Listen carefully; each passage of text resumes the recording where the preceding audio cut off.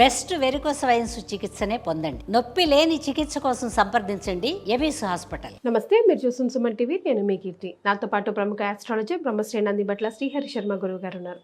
నమస్తే గురుగారు. వాగర్థావివ సంపృక్తౌ వాగర్థ ప్రతిపత్తయే జగతః పితరౌ వందే పార్వతీ పరమేశ్వరౌ. ఆదిత్యాయ చ సోమాయ మంగళాయ బుధాయ చ గురు శుక్ర శనిభ్యశ్చ రాహవే కేతవే నమః.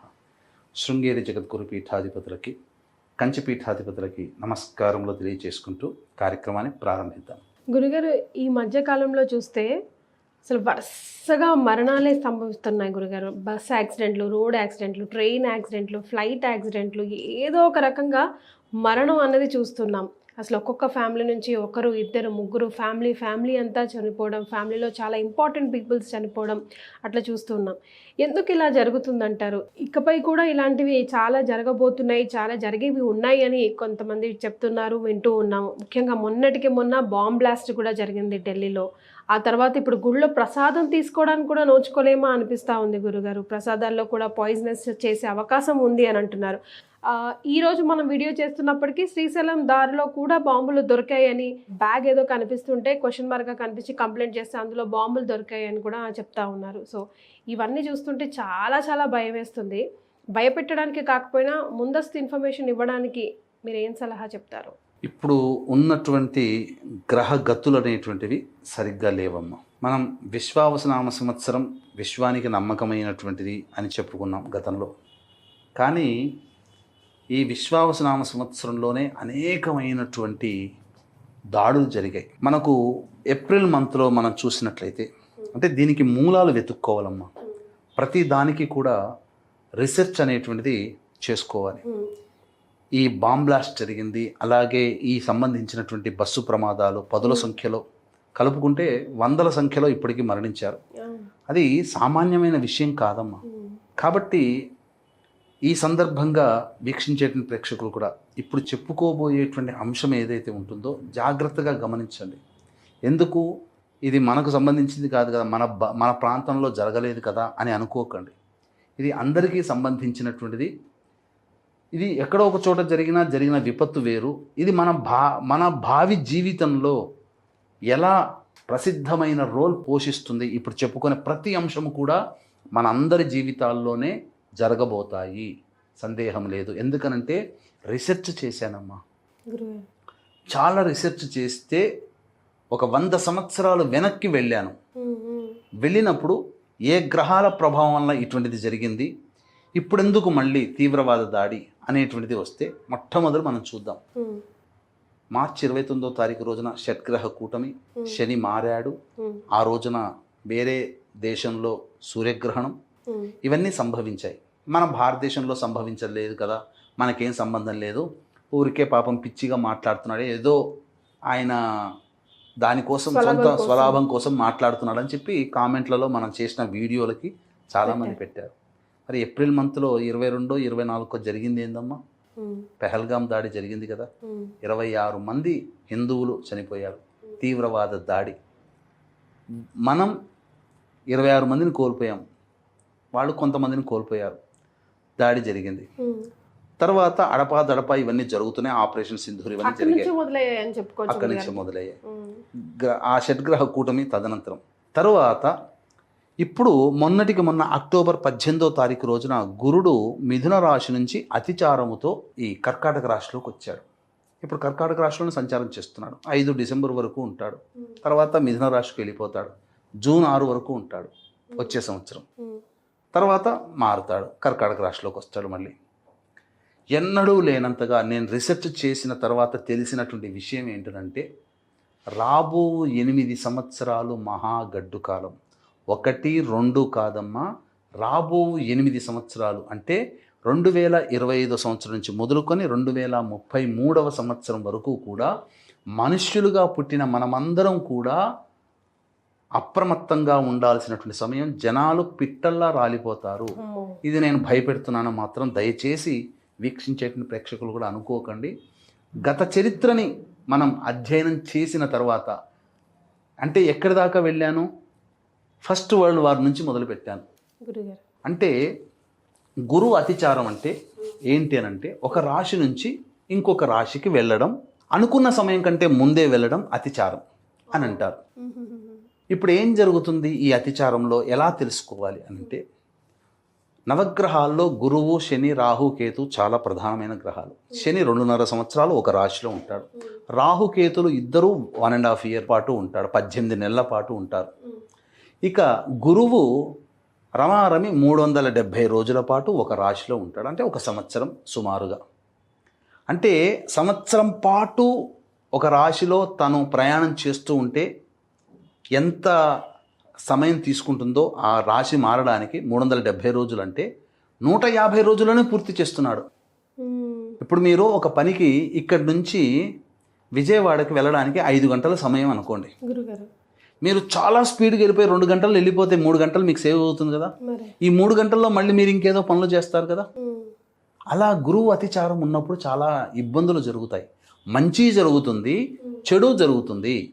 చెడు అంటే ఏంటంటే గతంలో జరిగినటువంటి దుస్సంఘటనలకి కొనసాగింపు అని అర్థం. అతిచారంలో గురువుకి అతిచారములో గతంలో జరిగిన సంఘటనలకి కొనసాగింపు ప్రక్రియ. కొనసాగింపు ప్రక్రియ జరిగింది కదా. గతంలో టెర్రరిస్ట్ అటాకు 18 అక్టోబర్ నాడు మారారు. తర్వాత కొనసాగింపు ప్రక్రియ 10 నవంబర్ నాడు జరిగింది. మరి జరిగింది నష్టం ఏంటమ్మా? నష్టమే కదా ఇది.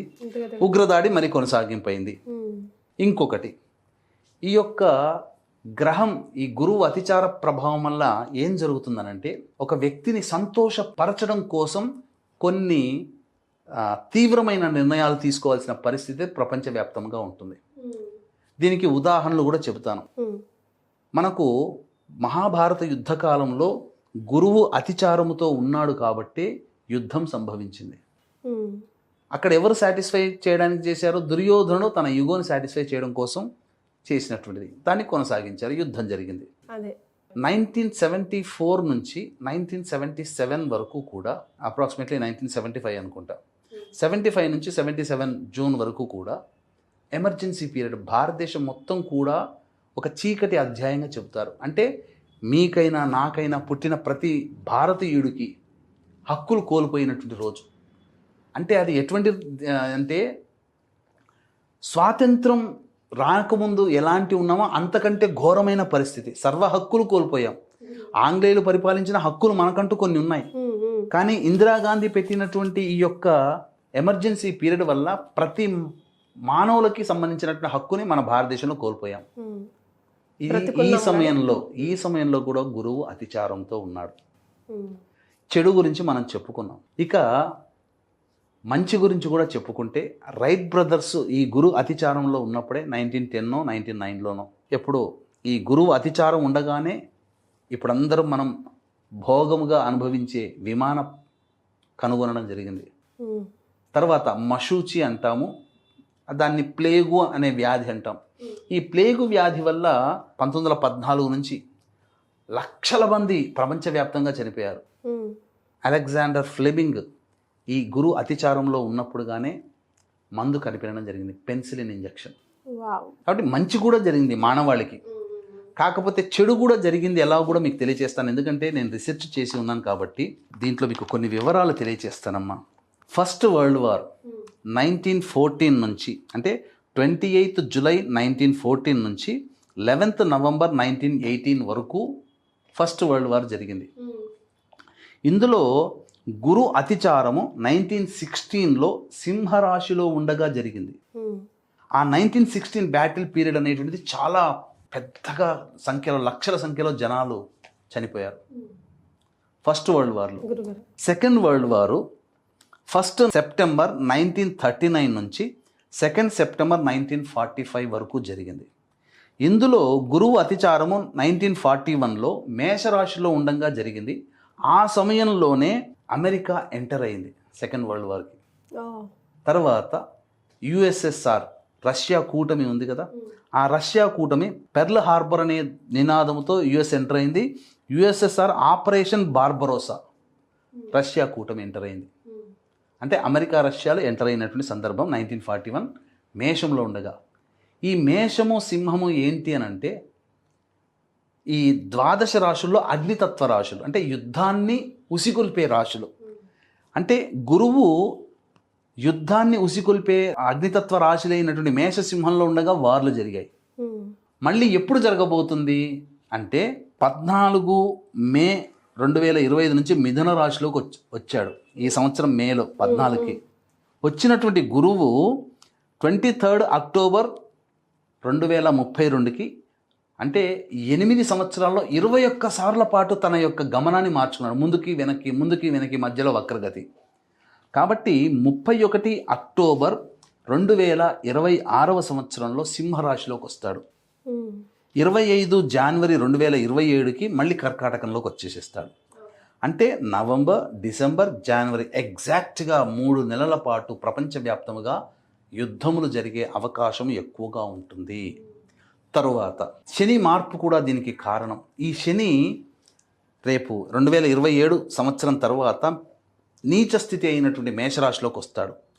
మేషరాశిలో ఉండగా అప్పుడు ఏంటనంటే మేషరాశిలో ఉన్నటువంటి శని నీచ స్థితి పొంది ఉండి 14 మే 2028 మళ్ళీ సింహరాశిలోకి గురువు ఉంటాడు. ఎప్పటి వరకు 24 జూలై 2028. ఆ మధ్య కాలంలో కూడా ఉపద్రవాలు వస్తాయి. మళ్ళీ యుద్ధములు కానీ సామూహికంగా ప్రపంచవ్యాప్తంగా ప్రకృతి పరంగా కానీ యుద్ధములు ఇవన్నీ కూడా వైపరీత్యాలు ప్రాణ నష్టం ఎక్కువగా ఉంటుంది. 31 అక్టోబర్ 2026 నుంచి 25 జనవరి 2027 మధ్యలో ప్రాణ నష్టము, భూ నష్టము, చాలా విధంగా ఆస్తి నష్టములు ఉంటాయి.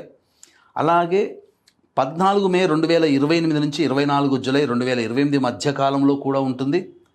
తరువాత ఎంత ప్రమాదము, ప్రపంచవ్యాప్తముగా దుర్భిక్షము అనేటువంటిది చూడబోయేటువంటిది ఎప్పుడంటే మార్చి 16వ తారీఖు 2031 నుంచి సెప్టెంబర్ 26వ తారీఖు వరకు 2031 శని రోహిణి నక్షత్రంలో సంచారం చేస్తుంటాడు. ఆ మధ్య కాలములో 15 అక్టోబర్ 2031 నుంచి 5 మార్చి 2032 వరకు ధనుస్సు రాశిలో ఉంటాడు. మరొక అగ్నితత్వ రాశి అయినటువంటి గురువు ధనుస్సు రాశిలో, శని వృషభ రాశిలో ఉన్నప్పుడు నష్టమమ్మ. ప్రకృతి పరంగా భూ విపత్తులు, సునామీలు కానీ, తర్వాత ఈ సంబంధించినటువంటి భూకంపాలు కానీ, ప్రపంచవ్యాప్తంగా యుద్ధ భయము కానీ, లేకపోతే థర్డ్ వరల్డ్ వార్ అని అనుకుంటూ వస్తున్నారు కదా, ఎక్కువగా యుద్ధ భయాలు అనేటువంటివి ఉంటాయి. ఈ గురువు అతిచారంలో ఉండగానే ఇప్పటికీ ఉక్రెయిన్ రష్యా మధ్య యుద్ధం పోలేదు, కొనసాగింపు మళ్ళీ కొనసాగుతుంది. అలాగే ఇజ్రాయెల్ గాజా కొనసాగుతుంది, హమాస్ కొనసాగుతుంది. ఇలా ప్రపంచవ్యాప్తముగా రాబో 8 సంవత్సరాల పాటు మనం ఇటువంటి భయానకమైనటువంటి వాతావరణ పరిస్థితుల్ని మనం ఎదుర్కోక తప్పదు. కాబట్టి ప్రపంచవ్యాప్తంగా మనకు కూడా ఈ యొక్క ప్రమాదం పొంచి ఉంది. కాబట్టి తప్పకుండా మనం కొన్ని ఇబ్బందులు అనేటువంటివి ఎదుర్కోక తప్పదు. దీంట్లోనే ప్రధానంగా కొన్ని మంచి కూడా జరిగేటువంటి సంఘటనలు జరుగుతాయమ్మా. ఏంటనంటే గురువు విద్యాకారకుడు, ధనకారకుడు, తర్వాత కీర్తి ప్రతిష్టలు, సంతానానికి కారకుడు, పనులలో అనుకూలత కారకుడు. కాబట్టి విద్యాకారకత్వం వచ్చింది. కాబట్టి మన భారతదేశంలో జరిగే రిఫార్మ్స్ ఏంటనంటే ఎన్సీఆర్టీ పుస్తకాల్లో ఇప్పటి వరకు చెత్తను చదువుకున్నాం మనం.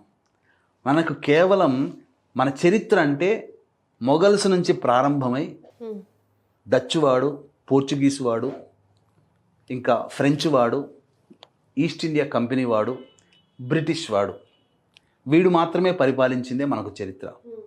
మొత్తం రిఫార్మ్ అవుతుంది. మొట్టమొదలు క్రీస్తు పూర్వం కంటే మొదలైనటువంటి గొప్ప గొప్ప రాజుల చరిత్రల్ని మనం పుస్తకాల రూపంలో భవిష్యత్తు తరం విద్యార్థులు చదువుకుంటారు. మనం చదివింది చెత్త అని ఇప్పుడు మనకు అర్థమవుతుంది. మన మీద చెత్తనే రుద్దారు. మన హిందూ ధర్మాన్ని నాశనం చేసి రుమాలు కుట్టుకొని వచ్చిన డబ్బులతో తిన్నాడు అని చెప్పి ఔరంగజేబుని గురించి గొప్పగొన్నాం.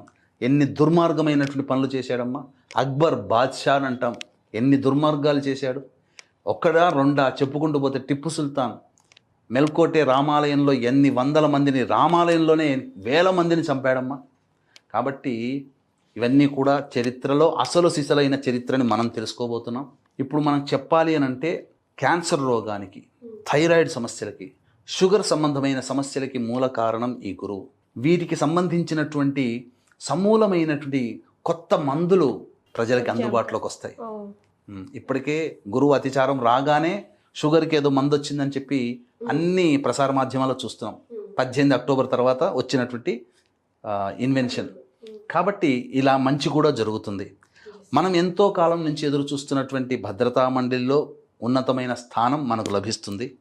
లేదు అది పక్కకు తోసి దానికంటే గొప్పదయ్యే శక్తివంతమైనటువంటి దేశాల కలయికల్లో మనం ప్రధాన భాగస్వామి, ఒక గొప్పదైనటువంటి స్థానాన్ని మనం పొందుతాం. ఇక భద్రతా మండలితో సంబంధమే లేదు. ఇక మనం ఉన్నటువంటి ఏర్పరిచిన గ్రూపే పెద్దదయ్యే అవకాశం అందుబాటులో చిరకాలంలోనే ఉంది. కాబట్టి కొన్ని నియమాలు అనేటువంటివి కూడా ఈ యొక్క సమస్య ప్రపంచవ్యాప్తంగా మనం చెప్పుకున్నాం, మంచి చెప్పుకున్నాం, చెడు చెప్పుకున్నాం. కానీ మనము దైనందిన జీవితంలో కొన్ని నియమాలు కూడా పాటించినట్లయితే ఆ యొక్క గురువు అతిచార ప్రభావం వల్ల వచ్చే సమస్య నుంచి మనం బయటపడతామమ్మా. అవి ఎలాంటివి ఉంటాయి గురుగారు? ఏం చేయాలంటారు? ఎప్పుడు చేయాలంటారు? ఎలా చేయాలంటారు? ఇలాగ మనం చూసుకున్నట్లయితే ప్రతి వాళ్ళు కూడా దత్తాత్రేయ ఆరాధన చేయాలి. అసలు సిసలైన దత్త స్వరూపము అంటే దత్తాత్రేయుడే. అత్రి అనసూయులకి పుట్టిన దత్తాత్రేయుడే గురువు. ఈనాడు మనం చూస్తే మనం అసలు కంటే కొసరుని ఎక్కువగా పెట్టుకుంటున్నాం. బాబాల చుట్టూ తిరుగుతున్నాం, ఆశ్రమాల చుట్టూ తిరుగుతున్నాం, వాళ్ళకి పాదసేవలు చేస్తున్నాం. మనిషిగా పుట్టి మనిషిగా రోగాల బారిన పడి చచ్చినటువంటి మనుషులకి గుళ్ళు గోపురాలు కట్టుకుంటూ మనం పూజించాల్సినటువంటి దౌర్భాగ్యమైనటువంటి స్థితిలో మనం ఉన్నాం. అందరూ అవధూతలే. అవధూతల్లో ఎవరు తక్కువ వారు? శృంగేరి పీఠాధిపతులు అవధూతులు కాదా? రమణానంద మహర్షి అవధూతలు కాదా? కంచి పీఠాధిపతి చంద్రశేఖరానంద సరస్వతి అవధూత కాదా? మాణిక్య ప్రభు అవధూత కాదా? అక్కల్కోట్ మహారాజు అవధూత కదా? ఎవరికి లేనట్టు ఎవరు అవధూతలు? అవధూతలను ఏమన్నా గుళ్ళు గోపురాలు కట్టి అభిషేకం చేయమన్నారా? పిచ్చి పనులు చేస్తున్నాం, మనం అజ్ఞానంతో చేస్తున్నాం. కలియుగ ధర్మం ఏంటనంటే పాపములు పెరగాలి, పుణ్యము తగ్గాలి. పాపం పెరగాలంటే దేవతలు, మనకు వేదాల్లో చెప్పిన దేవతని కాకుండా అవధూతలుగా ఉన్నటువంటి వాళ్ళని పూజిస్తున్నాం, అభిషేకాలు చేస్తున్నాం, హారతులు పడుతున్నాం. భక్తుడు ఉండాల్సిన చోట దైవాన్ని పెడుతున్నాము, దైవం ఉండాల్సిన చోట భక్తుని పెడుతున్నాం. మీలాగా నాలాగా పుట్టిన వాళ్ళే వీళ్ళందరూ. కాకపోతే పూర్వజన్మవశాత్తు వాళ్ళు గొప్పవాళ్ళు అయ్యారు, అవధూతలు అయ్యారు. నమస్కారం చేసుకోండి, ఆయన చెప్పిన మాటలు వినండి, ఏ అవధూత చెప్పినా. అంతే తప్ప హారతులు పట్టడాలు, గుళ్ళు గోపురాలు కట్టడాలు, అభిషేకాలు చేయడాలు, అసలు దైవమే మంత్రమే, బీజాక్షరాలే లేదు, యంత్రమే లేనటువంటి వాళ్ళకి కూడా ఈ రోజున చేస్తున్నారు. అవన్నీ మానుకోండి. ఎందుకంటే దైవం కాదు, ఒక అవధూతగా గౌరవిద్దాం, అంతవరకే. ఇప్పుడు నేను ఒక మంచి మాటలు చెప్పానమ్మా, నన్ను పూజించమన్నా, దాని అర్థం నన్ను ఆ మంచి మాట చెప్పినందుకు గౌరవించాను, అంతవరకే. అంతే తప్ప ఈయన గొప్ప మాట చెప్పాడు కాబట్టి ఈయన దేవుడు అని చెప్పి చేస్తే పిచ్చి అంటారు దాన్ని. అందుకని ఆ మూఢం నుంచి బయటికి రండి. మనకున్నారు, ఈశ్వరుడు ఉన్నాడు, విష్ణు ఉన్నాడు, అమ్మవారు ఉంది, లక్ష్మి ఉంది, వినాయకుడు ఉన్నాడు, సుబ్రహ్మణ్య స్వామి ఉంది. ఎవరు తక్కువ మనకు? అంతకంటే గొప్ప కాదుగా. దత్తాత్రేయుని కొలిస్తే బ్రహ్మ విష్ణు మహేశ్వరులు ముగ్గురు కొలిచిన ఫలితం. కాబట్టి ఆ విధంగా చేయండి. దత్తాత్రేయ ఆరాధన ప్రతిరోజు కూడా దత్త కవచము కానీ, కాలాన్ని శాసించేవాడు కాలభైరవాష్టక పారాయణం, గణపతి స్తోత్రము, కలవు చండీ వినాయకో కాలభైరవ, దుర్గా ఆరాధన, ఇవి 4 చేసి నిత్యము చేస్తున్నటువంటి మానవుడికి ఎప్పుడు కూడా ఉపద్రవాలు ఏమీ చేయవు. దీన్ని దృష్టిలో పెట్టుకునే మన పీఠం ఆధ్వర్యంలో ప్రతి నెల మానవుడికి యోగాన్ని అందించాలనే ఉద్దేశంతో సర్వదోష నివారణ పూజలు, హోమాలు అనేటువంటివి ప్రత్యేకించి చేయడం జరుగుతుంది. ఇందున మృత్యుంజయ హోమము, సుదర్శన హోమము, లక్ష్మీ హోమము, గణపతి హోమము, ఇలా అనేక ఉగ్రదేవతల హోమాలు, తద్వారా మనకు మంచిని కలిగించేటువంటి ఇలాంటివి ఎన్నో కూడా చేయిస్తున్నామమ్మా. మానవుడికి దరిద్రము ఉండకూడదు, ఆనందంగా జీవించడానికి ఏ దేవతలైతే తోడ్పడతారో ఆ దేవతల హోమాది కార్యక్రమాలు ప్రతి నెల మనం చేయిస్తున్నాం. దీంట్లో సభ్యులుగా చేరవచ్చు, అందరికీ కూడా అవకాశం ఉంటుంది. తద్వారా చేరినటువంటి వాళ్ళకి మనం చేసుకున్నటువంటి పుణ్యము మనం భవిష్యత్తులో మనం అనుభవిస్తాం. ఈ కలియుగంలో దానమే చెప్పబడి ఉంది. కాబట్టి నియమ ప్రకారము ఈ యొక్క సంపాదించిన దాంట్లో నెలకు ఒక 300 రూపాయలు ఖర్చు పెడతాం కదమ్మా, తప్పులేదుగా. దానం చేయండి చాలు. తోచిన వస్తువులు ఎవరికైనా అనాథలకి దానం చేయండి, శక్తి కొలది చేయండి. ఆ దానమే మనల్ని ఆపద సమయంలో కాపాడుతుంది. అవకాశం ఉంటే భగవంతుడు ఇంకా శక్తినిస్తే మన పీఠం ఆధ్వర్యంలో జరిగే ప్రతి నెల ఒక రక్షణ కవచం, మృత్యుంజయ హోమం చేయడం ద్వారా అకాలమైనటువంటి ప్రమాదాల నుంచి బయటపడతాం. ఇలాంటివి ఎన్నో హోమాలు ప్రతి నెల ఒక పుణ్యతిథి రోజున మన పీఠం ఆధ్వర్యంలో సంవత్సరం పాటు కొనసాగుతుంది.